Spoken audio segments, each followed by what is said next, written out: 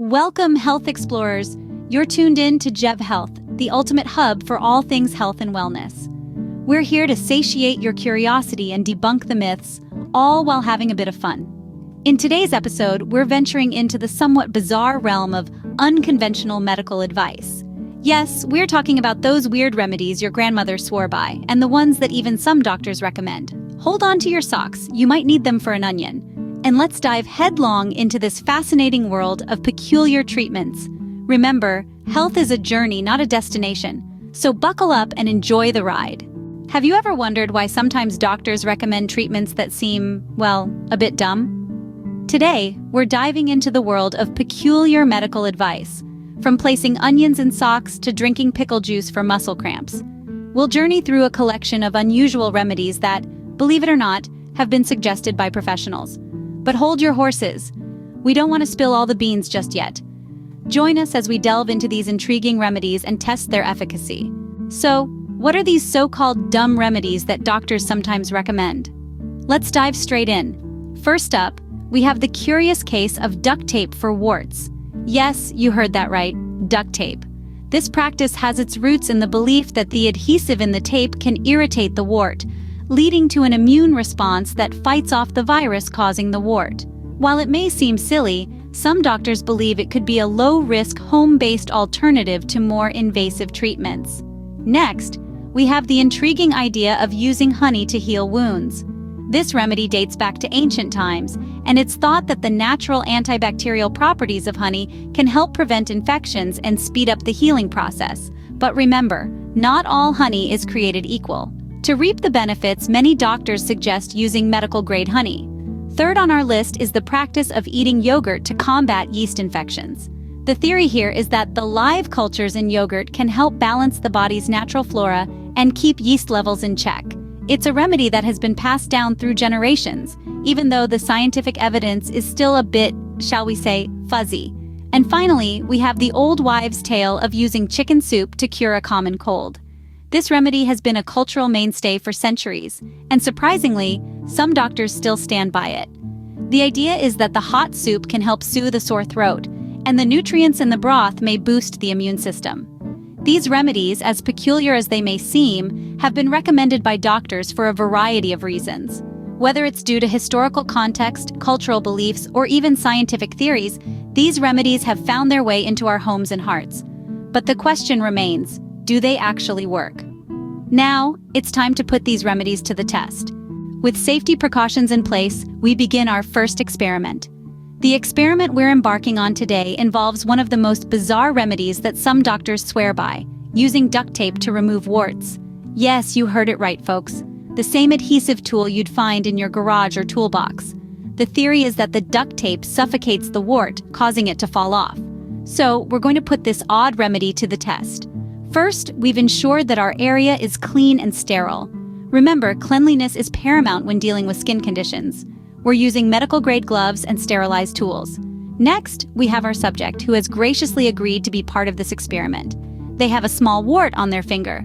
We're going to apply a small piece of duct tape, just big enough to cover the wart. Now comes the waiting game. The duct tape is supposed to stay on the wart for 6 days.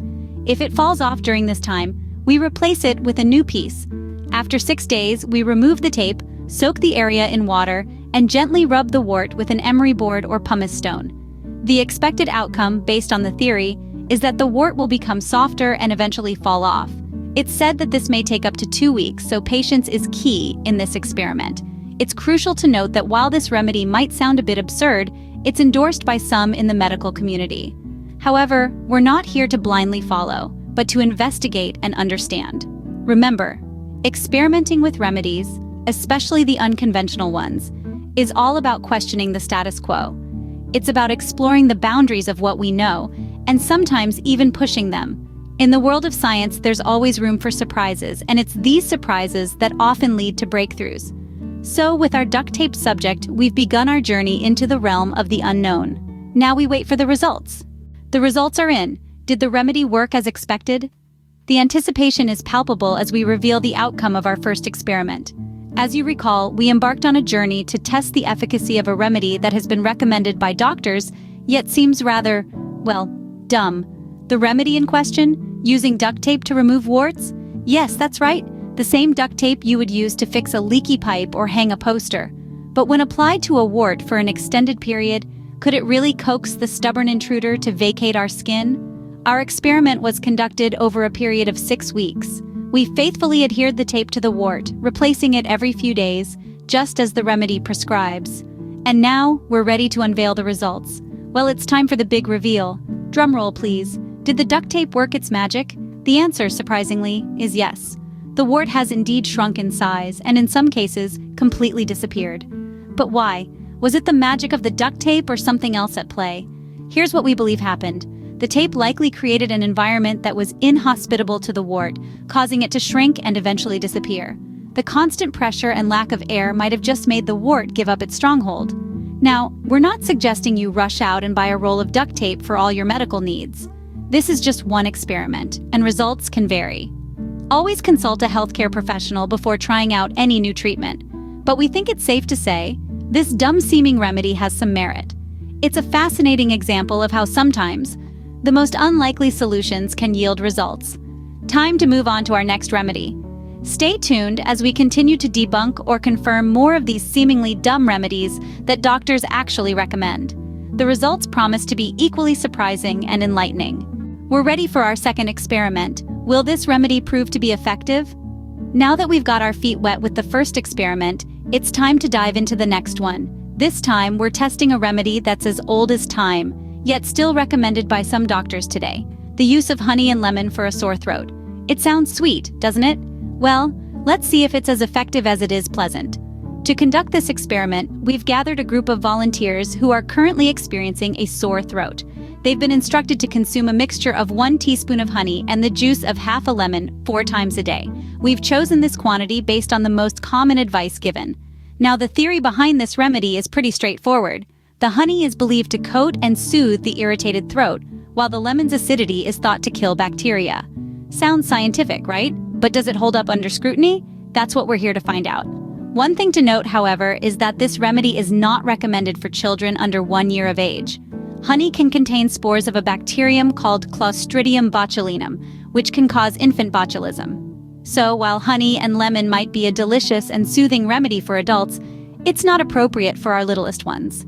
In terms of the expected outcome, if this remedy is effective, our volunteers should experience a decrease in their throat discomfort after consistent use of the mixture. If it's not, well, they'll at least have enjoyed a sweet and tangy treat. As with our previous experiment, we'll be collecting data from our volunteers over the next week. They'll be rating their throat discomfort on a scale of 1 to 10 before and after the use of the remedy. This will allow us to quantify the change, if any, and draw meaningful conclusions. Once again, we wait for the results. We've tested our fair share of eccentric remedies. Was the second one, the chicken soup cure for the common cold, able to prove itself? Let's shed some light on this. Our journey with the second experiment was nothing short of exciting. We pushed the boundaries of traditional wisdom by putting the chicken soup remedy to the rigorous test. With meticulousness, we adhered to the steps, striving for utmost accuracy. The outcome was startlingly different from our anticipation. Though there isn't any scientific proof that chicken soup can expedite a cold's recovery time, it does bring some relief. The soothing warmth of the soup can ease a sore throat, while the steam can alleviate congestion. Its hydrating properties can prove beneficial for recovery. Nevertheless, we need to remember that while these effects are genuine, they act as symptomatic relief and do not cure the cold. The common cold is viral, and no quantity of chicken soup can eliminate a virus. Rest, hydration, and likely medication are still necessary for full recovery. So, the judgment? Chicken soup does offer some relief, but it's not the wonder cure it's frequently described as. It's a comforting dish that can lessen symptoms, but it won't make the cold vanish overnight. What's the takeaway from these peculiar tests? The key lesson here is, even if some remedies might seem ridiculous at first glance, they may possess some benefits. But it's crucial to approach them critically, understand the science behind them, and always rely on evidence rather than blindly accepting them as magical cures. After testing these remedies, we've learned a few things. Some remedies, while seemingly absurd, showed surprising results. Others, however, proved to be nothing more than old wives' tales. The key takeaway is the importance of critical thinking and evidence-based practice. So let's continue questioning, experimenting, and learning, debunking myths and confirming theories along the way. Remember, science is a journey, not a destination. Join us next time as we continue to explore the fascinating world of strange remedies. Hey there, curious minds! If you've enjoyed this journey into the world of unusual remedies, don't forget to show your support. Give this video a thumbs up if you've learned something new today, and hit that like button if you were surprised by any of our experiment results. Your engagement helps us reach more people and share the joy of learning. Also, don't forget to subscribe and turn on notifications so you never miss an episode of our strange and wonderful explorations. Stay tuned, stay curious, and most importantly, stay healthy. See you in the next video.